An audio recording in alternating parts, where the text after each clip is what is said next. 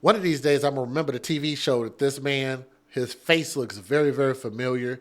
It's not the same guy, but he kind of reminds me of a guy from a TV show that used to come on. But nonetheless, I cannot stand people who hurt, murder, or abuse children. You look at this innocent young man right here who was 13 years old. We're going to talk about him. And let me tell you guys about what happened to him, okay? Let me give you guys a disclaimer about my content real quick. Here we go. Some viewers may find the following content offensive and controversial. The information in this video comes from multiple sources, including court records, official police charges, news web articles, and interviews.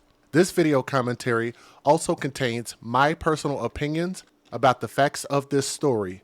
The point is to use this story as a cautionary tale in hopes of preventing tragedies like these to children going forward. Viewer discretion is advised. That is your official disclaimer. And I'm getting this story from my favorite source, which is Law and Crime. Y'all can check them out on lawandcrime.com, and they also have a YouTube channel. They do amazing content. A 13-year-old South Carolina boy known for his resilience and perseverance and a commitment to making a difference in the world. Let me read that again, because I want y'all to understand these are the lives that we're losing, the ones that I believe would make a difference.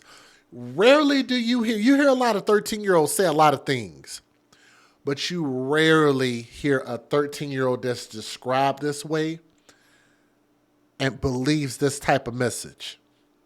This boy is known for his resilience, perseverance, and commitment to making a difference in the world. That's the life that we lost. Allegedly died at the hands of his stepfather, who beat him to death with a piece of wood and the butt of a handgun. And y'all want to know why the mom got arrested?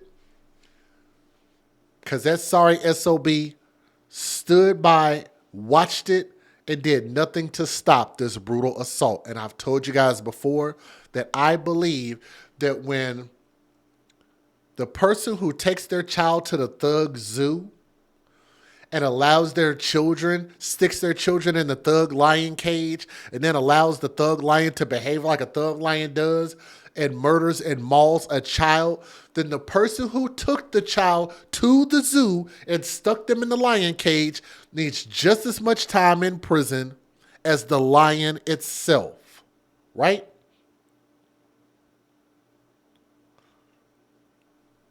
She stood by and watched it happen. Somebody said he was maybe on The Wire or Oz. It was one of those shows, but his face looks very, very familiar. Now, according to an arrest warrant, 40-year-old Ivy Contrell Generate, we got to go back to his name. He's allegedly 40 years old. Does that man look like he's 40? That means me and him are the same age. That man looks like he's old enough to be maybe my dad's dad. Maybe I'm tripping. He look like he a good 70. You don't look 40. He don't look 40 at all. That's a hard-ass 40 in the face. His last name is spelled Jenerette. Generate. If you put a D in front of that, what would that spell? Degenerate. He's a degenerate. He repeatedly hit his stepson by the name of Isaiah Gaines, Gaymes, in the head with a piece of wood and a handgun on May the 8th at their home in the Longs community in Horry County, not far from Myrtle Beach. Isaiah's mother, 34-year-old Samantha Ann Gaines, Gaymes, allegedly 34 years old. Boy, she's got a hard-ass face. Lord have mercy.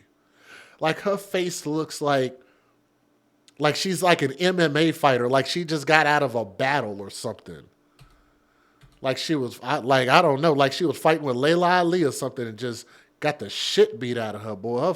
Boy, goodness gracious. Anyway, allegedly 34 years old, found the bloodied piece of wood and gun, with Isaiah's injuries being consistent with being struck with those items. Myrtle Beach NBC affiliate WMBF, citing a warrant, reported the boys suffered multiple blunt force injuries to the side and back of the head, along with several other injuries that included broken bones, burns, and permanent disfigurement to the face and body. I'm just out of pure curiosity, I'm just wondering what the excuse was for beating this boy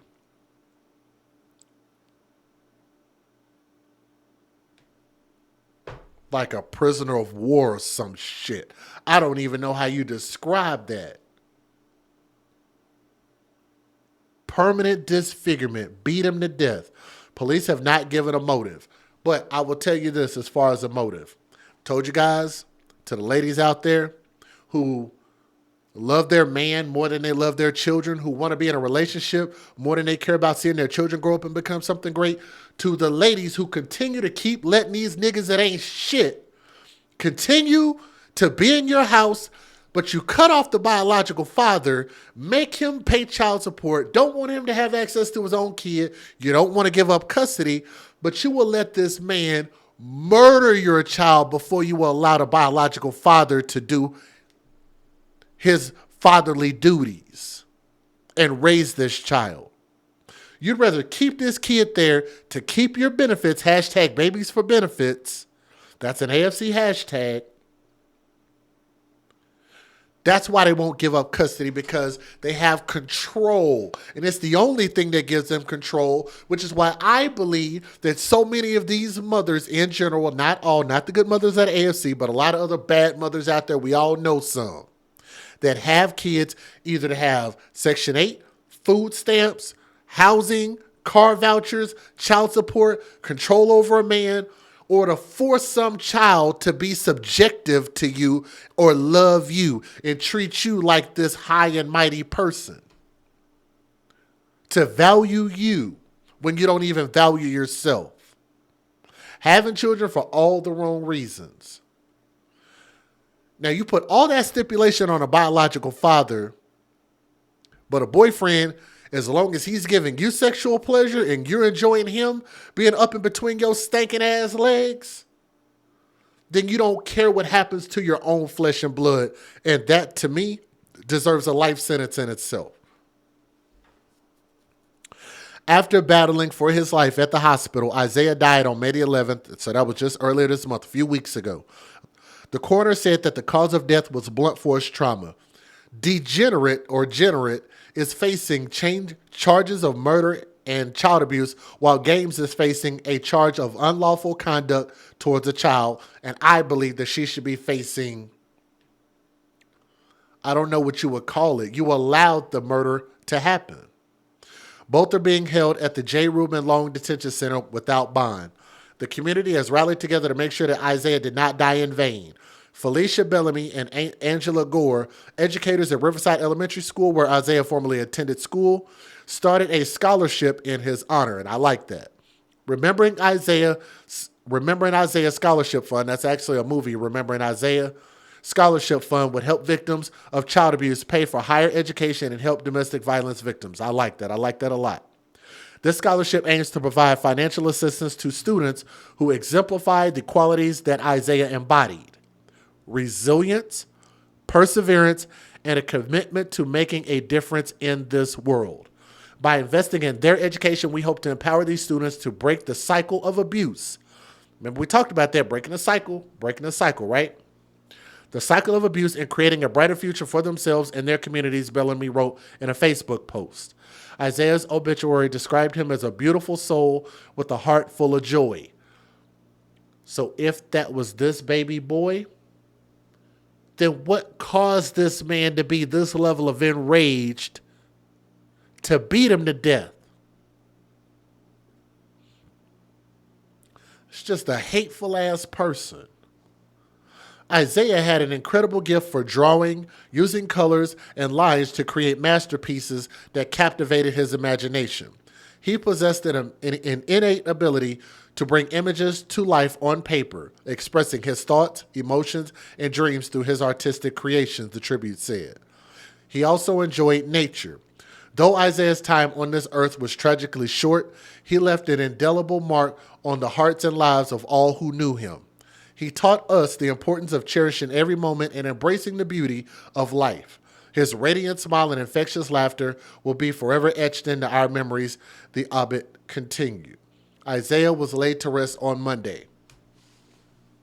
And these are the lives that we're losing. Isn't that something? The best, the brightest, the most promising lives.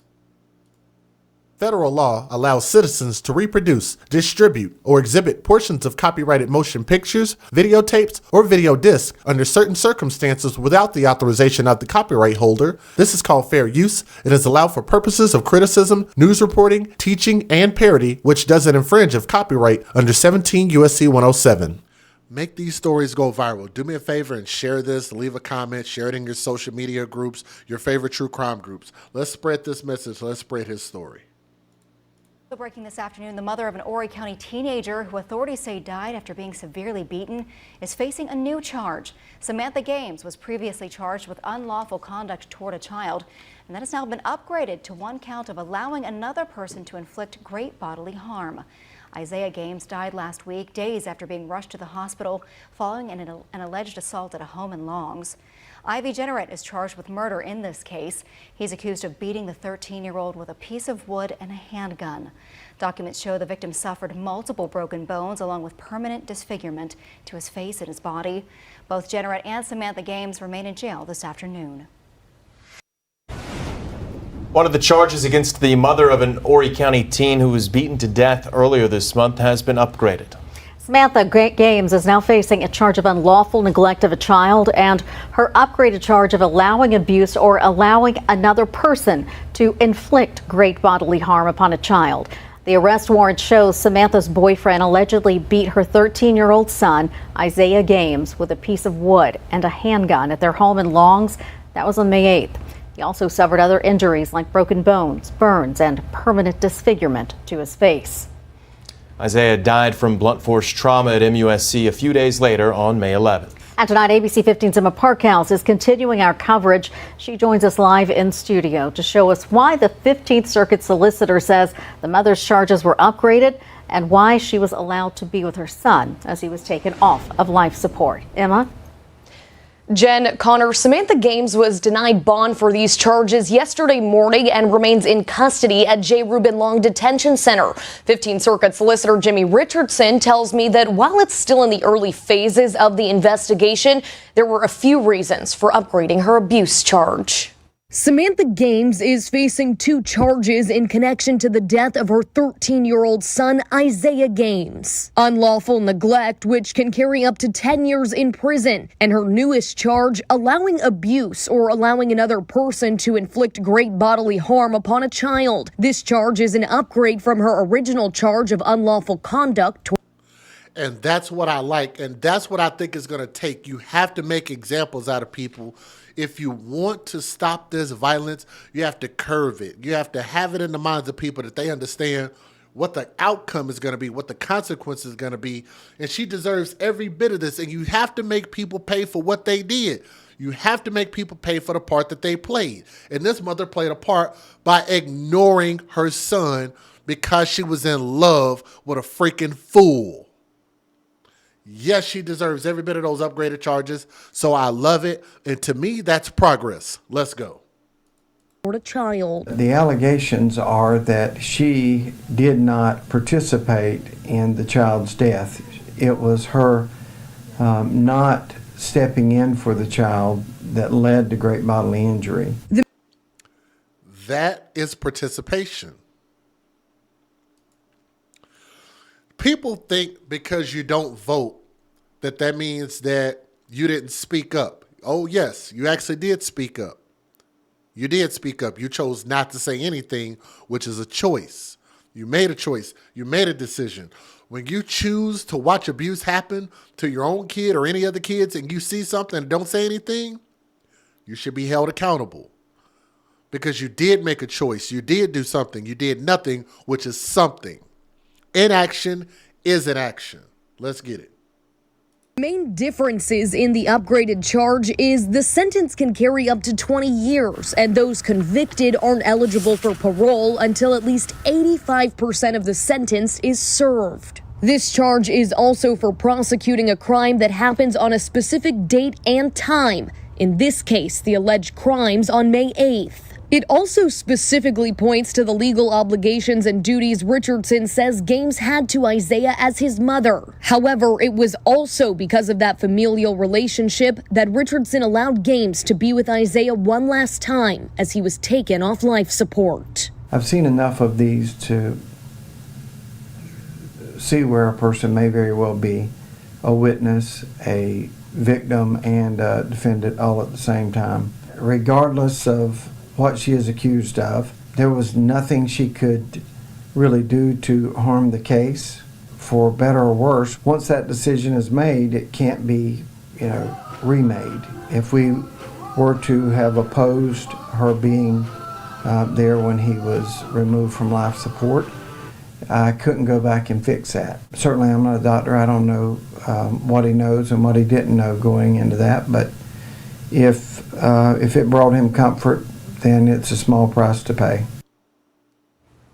Police warrant show that Ivy Jenneret's Samantha Games' live-in boyfriend has caused Isaiah's beating that led to his death. He has still been charged with the murder in that case. Richardson says the Jenneret's defense attorney has not yet requested a bond hearing for him with a circuit judge.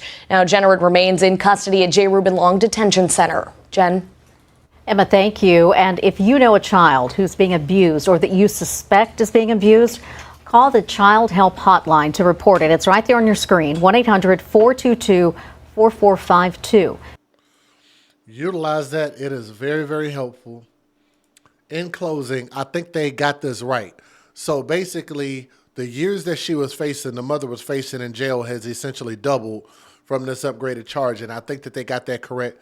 So if you guys are out there, listen to the sound of my voice. If y'all out there listening to people who give commentary on stories like this, we, in general, believe that y'all got this right, because that's what we're advocating for, is for stiffer penalties against people who go out of their way to hurt, murder, and abuse children, neglect them, cause their death, walk them into the thug lion cage, and leave them to die. That has to be punished. We have punishments available here on earth. They'll get their punishment, their true punishment, in hell when they get there.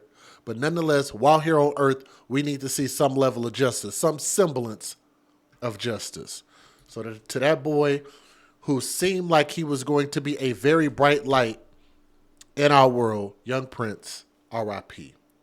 We thank him so much for the time that he did have on this earth, that he was being such a positive influence. And for his peers, I really, really, truly hope that they can carry his torch and become something great, grow up and become something great. Thank you guys so much for listening to this young man's story, okay? Thank you.